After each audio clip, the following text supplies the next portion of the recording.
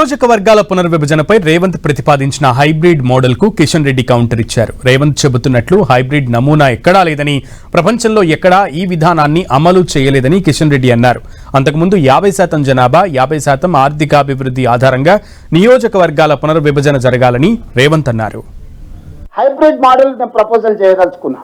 ఈ హైబ్రిడ్ మోడల్లో మీరు 272 సీట్లు మీరు పెంచాలని నిర్ణయించుకున్నారు కదా, అందులో 50% 136 సీట్లు మీరు చెప్పుకుంటున్న ప్రోరేటా ప్రకారం ఇచ్చుకోండి. ఇంకొక 136 సీట్లు 50% ఉన్నాయి కదా, జిఎస్డిపి ప్రాతిపదికన దేశం యొక్క స్థూల ఆర్థిక ఉత్పత్తి ప్రాతిపదికన సీట్లను విభజించండి.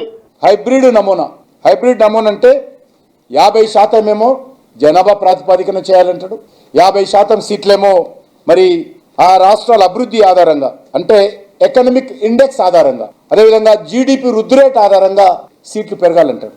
అది ఎక్కడ కూడా లేదు, ప్రపంచంలో లేదు. ప్రపంచంలో కూడా ఈ రకమైనటువంటి ప్రతిపాదన ఎక్కడ కూడా లేదు.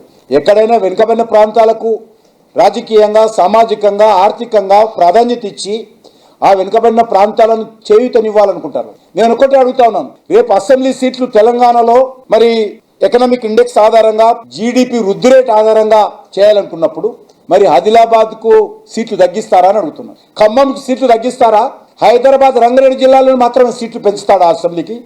ఈరోజు రేవంత్ రెడ్డి గారు చెప్పాలి.